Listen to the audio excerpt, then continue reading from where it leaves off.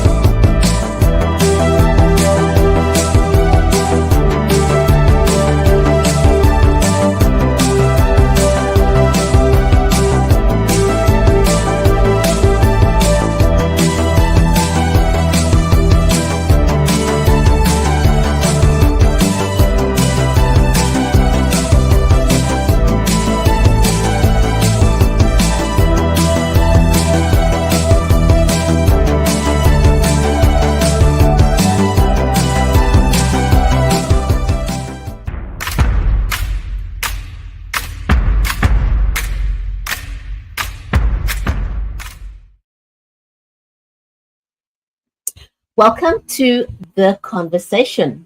If you're just joining us, we're having a conversation with Rachel DeeLynn. She is a dynamic pop rock singer-songwriter who's been making waves in the music industry with her bold sound and unapologetic lyrics. Rachel's journey from Berklee College to music, to being Grammy considered, and also signing with Sony Records is nothing short of absolutely inspiring. And we're diving into her latest single, Can You Hear Me Now? Now, a little bit about her background, if you don't know Rachel DeeLynn. She is a powerhouse singer-songwriter who fuses pop and rock with raw, unfiltered storytelling. Think Taylor Swift's narratives, Alanis Morissette's honesty, and Paramore's explosive sound. She's a Berklee trained musician and now making waves in Nashville in the United States. Rachel has been Grammy considered. She signed with Clinitel, Sony Records, and Arctic Sync. And she's played on major networks like BBC and KISK FM. Her latest single, Can You Hear Me Now, is storming the charts, proving that her voice is both literal and lyrical and demands to be heard. And we are going to find a gap in the show and give you a taste of that song if you've not heard it yet. So please give me the opportunity to welcome her to the stage.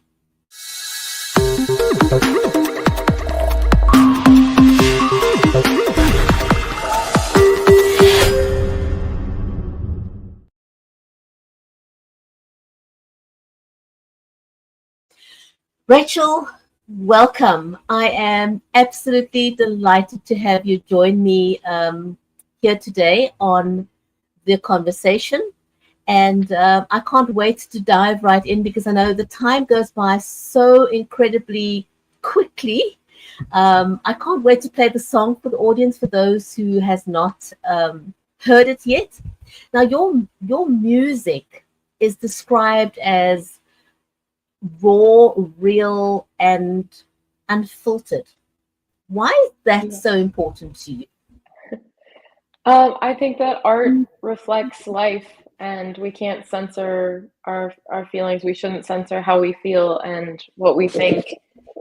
And I want to be as authentic and real with people as possible because I think that's how you resonate with people and form those connections the most deeply, in the deepest way possible. So I really try. No censorship. Absolutely. And, I think that's what attracts people to your music, the fact that you are so raw and real and unfiltered. Now, you've been, as I mentioned earlier when I did the introduction, you've been compared to some amazing people like Taylor Swift and Alanis Morissette and Paramore. How do you define your unique sound?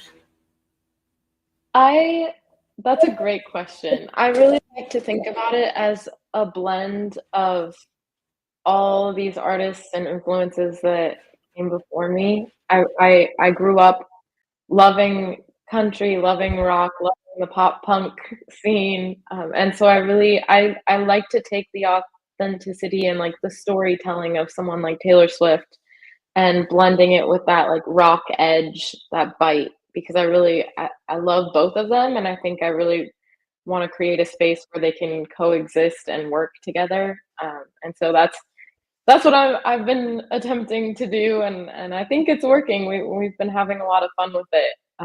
Yeah. I think it's definitely working. Now, your single "Can You Hear Me Now" is charting worldwide. Can you tell us a little bit about the story uh, behind the song? What was the inspiration for it? Yeah. So I went into this right. I had been feeling very silenced by someone, and I was tired of it, and I wanted to go in and say how I felt, no matter what, no matter what the consequences might be, I guess. And we sat down and we wrote it, and we had the best time. It was just fun for everyone, and just we really wanted to say how I was feeling, and even with the instrumentation, you can hear, the bends, the "Can you hear me now?" Really give it that bite and that edge that I was feeling, and it just kind of fell out. It was one of those that just really worked.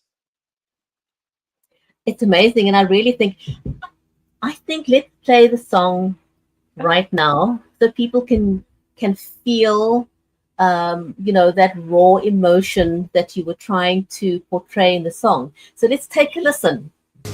Where you were keeping me, some sick, quiet experiment. Can you hear me now? Can you hear me now? I hope you hate the sound. Can you hear me now? Can you hear me now? Or do I have to shout? Shut up, sit down. Can you hear me now?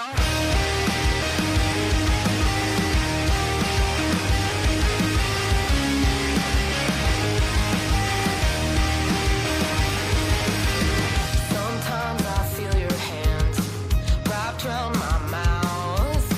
I'll have a good day when my words are all it takes for me to take you out. Can you hear me now? Can you hear me now?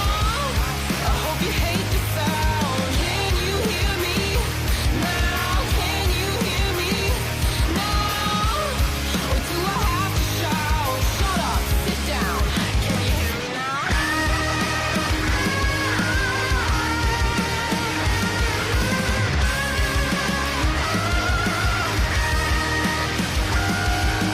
I've got the mic, I've got the pen, our voice is your karma. Are you scared yet? I've got the mic, I've got the pen, our voice is your karma. Are you scared yet? I've got the mic, I've got the pen, our voice is your karma. Are you scared yet? I've got the mic, I've got the pen, our voice is your karma.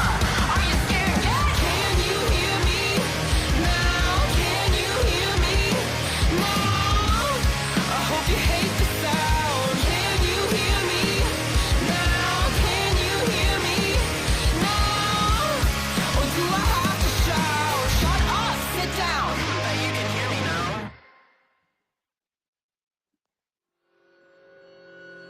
Wow. What I want to say is I was listening to those pauses because pauses can be used incredibly powerful. And I think those pauses are just in the right places. Thank And the way you. that emphasize, um, can you hear me now? And also just the beat of the music increases at just the right tempo at the right time. And I think it's powerful in the way that it gets the message across, I think, that you wanted to get across. And I can think of a gazillion applications for this kind of song, because there's so many instances in where women in particular are silenced. Yes. And so the song, I think, could bring across a really, really powerful message. Is that what you were hoping to achieve? Exactly. Yes. Yeah. See? Right. Yeah. Yeah. I want it to be an anthem for people. I want them to feel angry and turn to this song and feel like they have a voice. That's really important to me. Yeah, that makes me so happy. Thank you for that. That's wonderful. I think you've absolutely nailed it. Thank I think you've done an incredible job, and I think also just the strength in your voice is just the right depth. thank It, you. Thank you it's so just much. everything just seems to fit around, fit perfectly. How is your or has your background at Berklee College of Music shaped your approach to songwriting at all? Yes, so I had the pleasure of studying with an absolute legend, Pat Pattison. He is wonderful and so wise. I learned tools, there are tools you think of like your toolbox, right? And you take them out and you use them, but at a certain point they just become second nature. And so I think for me it strengthened, it didn't change my writing, it strengthened it to be what it is today, what I needed it to be. And so I'm so grateful for that. I mean, Berklee taught me a lot of skills that I would not have had coming just straight to Nashville. So very lucky, very fortunate to have spent the time there that I did. That is absolutely amazing. So I'm glad that it's had that kind of impact on you. Now, you've played at some of the most iconic venues in Nashville, right across the country. Could you single out a memorable performance and what made it memorable for you? Yeah, yeah, definitely. I think our last we played a show in May full band at a venue in Nashville called the East Room, and that was when I met my great friend and cohort Thornton Klein, and he was at that show, and he really loved the music, and we started working closely together. And I just feel really fortunate that that show happened because it was our live shows. I want it to feel like a celebration. I want people to come and feel they're not there to watch me or to watch anyone in particular. We're celebrating life and music together, and so I think that was so much fun, and for him to get to be a part of that was really special. So that's definitely a standout for sure. Awesome, awesome. Now I know that you and Thornton work together really well, and I think you're an absolute great combination. So congratulations on that. Thank you. Can I ask you, what is it like for you being a female artist in rock today? Have there been any challenges in the industry? Definitely. I think in any sort of male dominated field, there's going to be its own challenges, but I really believe in putting my head down and working. And I want to be here, and I'm going to create that space for myself and for other women. That is what I care about. And some people won't like that, and that's okay, but I'm going to stay here and I'm going to keep doing what I'm doing. And so, yeah, I think it definitely comes with its own set of challenges. Honestly, I think sometimes that's made me stronger and that's made me want to even more. So things happen for a reason, and I think it's important to just keep pushing and making the change that you want and that you crave. I think that's amazing that you've decided, to just push through and make this your own, and own the space. And the fact that your song is doing so incredibly well, congratulations again. Thank you. There's testimony that you've carved out a space for yourself. Now, your lyrics are deeply personal. What's the most vulnerable song that you've ever written, and why? Is it this one, or was it, which do you feel was your most vulnerable? Yeah, I think each song is vulnerable in its own way. I think that this one was definitely vulnerable in the sense that I was putting myself out there and I was going to make my voice heard in an aggressive way. It wasn't as singer-songwriter, it was definitely, I wanted the chorus to feel like a punch. Like, can you hear me? So that was definitely, in a sense, very vulnerable. I think that my last single, The Dark, was incredibly vulnerable. It came after a really difficult point in my life where I was at rock bottom, and I just wrote it about those feelings, and I really put it out there, and I just told all of it like I've never told it before. And that in itself was freeing. That vulnerability felt like it's done. It's out there. I've expressed it. And I think that's just the beauty of art, is we like turn nothing into something, like something that's in here, it's out there, and it's, people can see it and say, hey, I relate to that. I feel you. I see you, I often say to authors, every time you release a book into the world, you're releasing a piece of yourself. Yeah. And I think it's pretty much the same with you as an artist. When you release a song into the world, you're letting go of a piece of yourself. And you never know how that's going to affect someone else. Yes. And I know people can get lost in books, but I think music has got a way of moving you in a different way.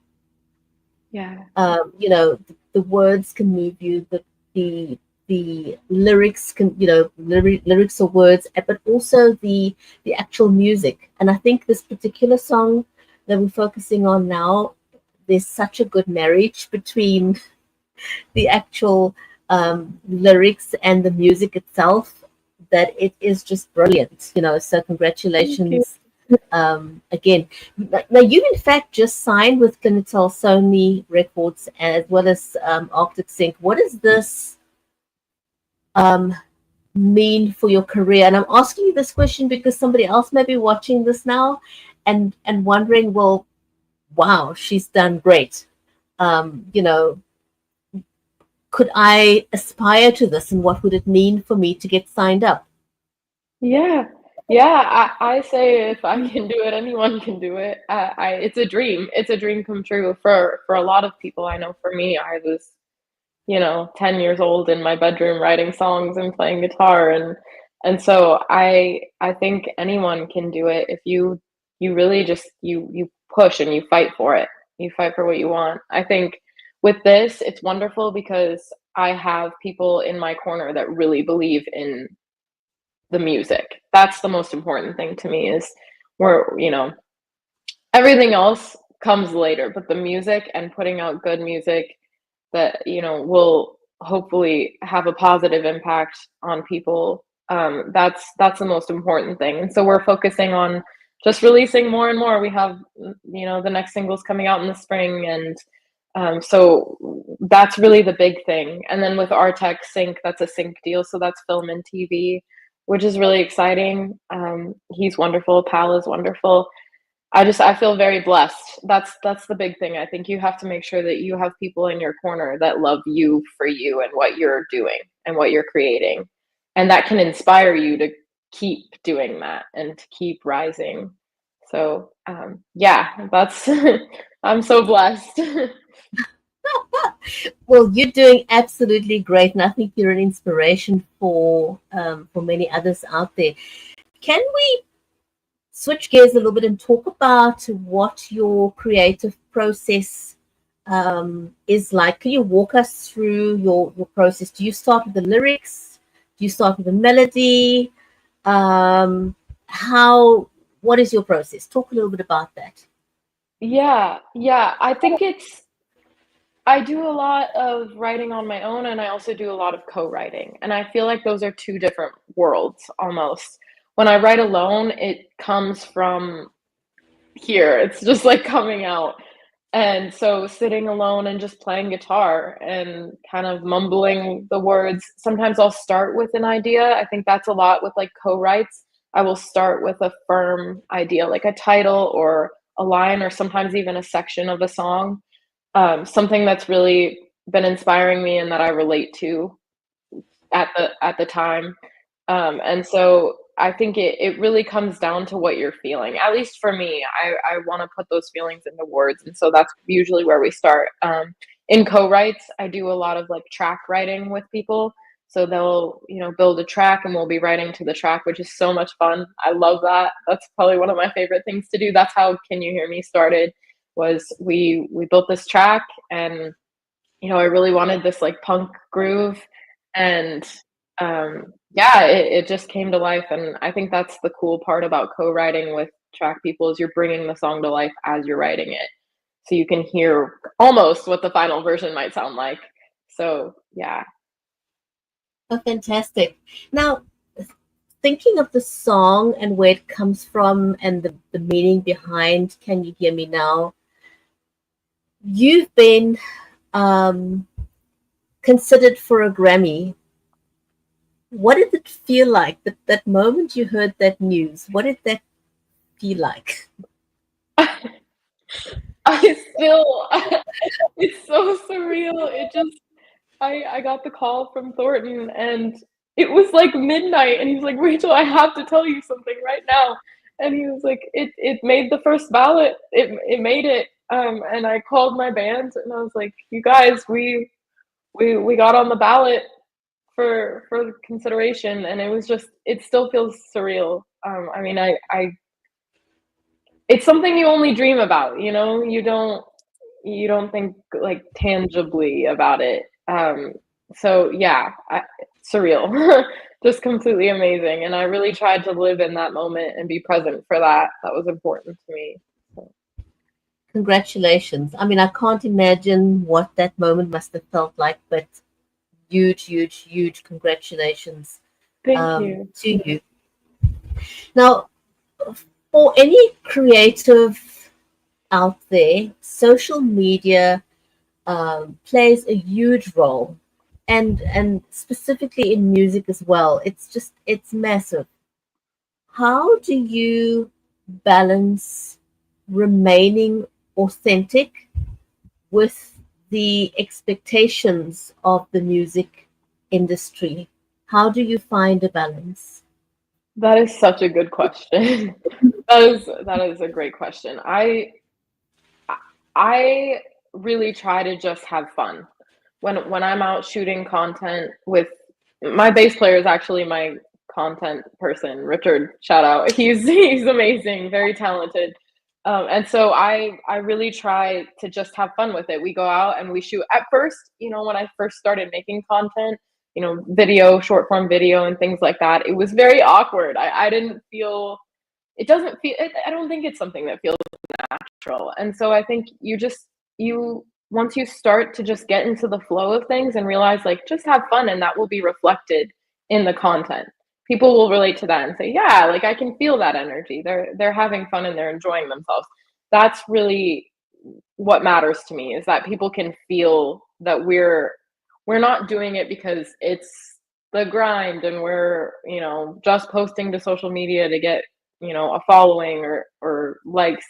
It's not about that. It's about sharing. And we're sharing bits of ourselves with I think that's the beauty of social media too, is it's with the world. People can find you from all over, and that's something that we didn't have, 10, 15 years ago. So No, and it's really is amazing in that you with social media now you can reach not just your local audience but a global audience. And I think Exactly. I still have to pinch myself some days when I think of how amazing it is that you can have a global audience from your phone, literally Yeah.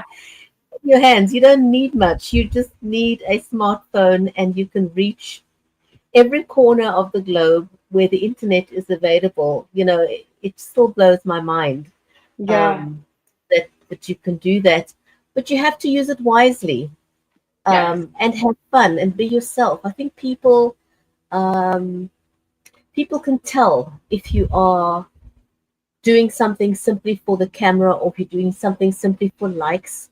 And it's Yeah. not attractive to people when you do that. But when people see you are Right. genuinely fun or genuinely having fun, that attracts them. Yeah. So I think you're doing a great job with that. Now, Thank you. having gotten to the point where you are now, um, what would you want to say to somebody who's still holding back, who's afraid to have their voice heard or put themselves it is scary. You mentioned it just a few minutes ago. Putting yourself out in the public arena is very uncomfortable in the beginning. Putting yourself in Yeah. front of a camera and, exposing yourself to the rest of the world. What do you want to say to someone who's still in that space and they're holding back and they're feeling afraid? I would grow into it. Don't be afraid to grow and to change. Your opinions will change. Your life experience will give you perspective that you didn't have in the past, and that's okay. I think so many people are scared of doing the wrong thing or saying the wrong thing or not taking the right path. I started playing acoustic, almost like country on my guitar. Like that's where I started, and I still have a deep love for that. I'm just taking a different direction because I've grown and I've evolved. And I think there's so much pressure as women especially to know what you want and when you want it and to stay in that lane, start young and have that platform young. And I think there's nothing wrong with growing and using your voice to express what you believe in at the time. And if it changes, that's okay. You can grow and you can change. You're allowed to do that, and there's freedom in that. I look back and at my younger self and I go, I'm so proud of the growth that I've made. I'm so proud of that. I've grown into someone that I would look up to when I was younger. And I think that as long as you don't hold back in that sense, you're gonna end up just fine. You'll end up where you're supposed to be. Rachel, what's next for you? I hope it's okay for me to ask you. Yeah. Yeah, we have some singles coming out. Hopefully a debut EP will be out later this year. And we are working on a video. So a video for Can You Hear Me will be out soon. I'm very excited about that. Yeah, we've got some cool things in the works, some shows coming up. I haven't been able to announce them quite yet, but when I do, you can find that on social media. Yeah, I'm very excited. It's going to be a good year. How can people connect with you? Yeah, I have my website is my name, racheldelynn.com. You can also find me on socials at Rachel DeeLynn. It's DeeLynn. Anywhere you can find socials, I'll be there. I would love to connect. Send me a message. Say hi. That sounds awesome.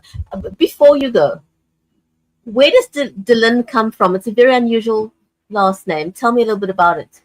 Yes, so it's actually a combination of my mom's first name, which is Deidre, and my dad's middle name, which is Lynn. So Oh, wow. it's a special piece of my family in my art.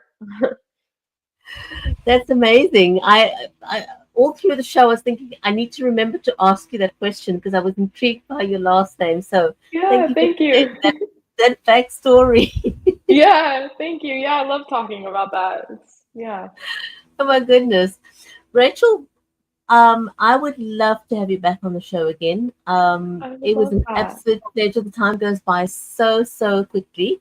So I want to Yeah. thank you very, very much for sharing your music with us, sharing your backstory with us. It was very exciting learning Yes. where the song came from.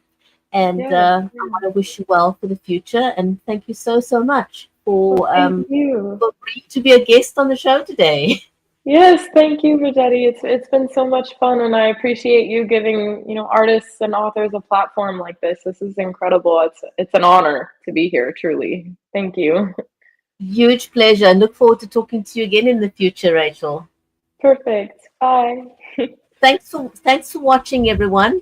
Um, I want to again just Rachel, thank you for sharing your journey. Your music is powerful. Your voice is undeniable, and your Thank story you. is truly inspiring. And so, for those of you watching, please look, go and buy a copy of the song Can You Hear Me Now? Go and stream it right now. And if you love this conversation with Rachel, please be sure to like, share, and subscribe to our channel, so that you don't miss the next episode of the conversation. Take care, and we'll see you on the next episode.